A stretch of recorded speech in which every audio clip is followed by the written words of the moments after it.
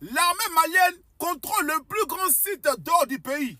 Le site de Ntaka, d'une superficie de 97 km, est sous le contrôle de l'autorité de l'armée malienne. En effet, il y a un mois, les autorités avaient annoncé que tous les orpailleurs clandestins n'ont qu'à quitter le lieu. Tous les racheteurs clandestins des Émirats arabes, les Occidentaux, les pays africains, les Amériques, tous les racheteurs clandestins étaient invités de quitter le lieu.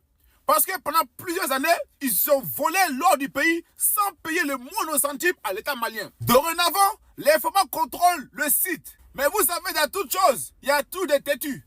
Il y a 4 jours, 2 pick-up remplis de terreau sont partis faire les gros bras sur le site. On les a soulevés, on les a jetés comme ça, comme banane pourri.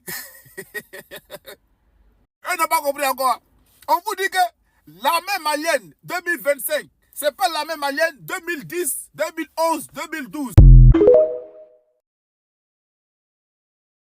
Merci à tout le monde. Nous sommes pas libres.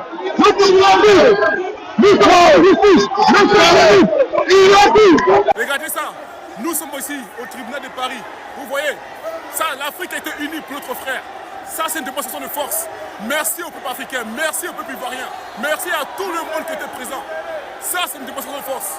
Ça montre à quel point nous sommes unis. La Côte d'Ivoire unie, elle est là. La Côte d'Ivoire unie est là. La Côte d'Ivoire unie est là.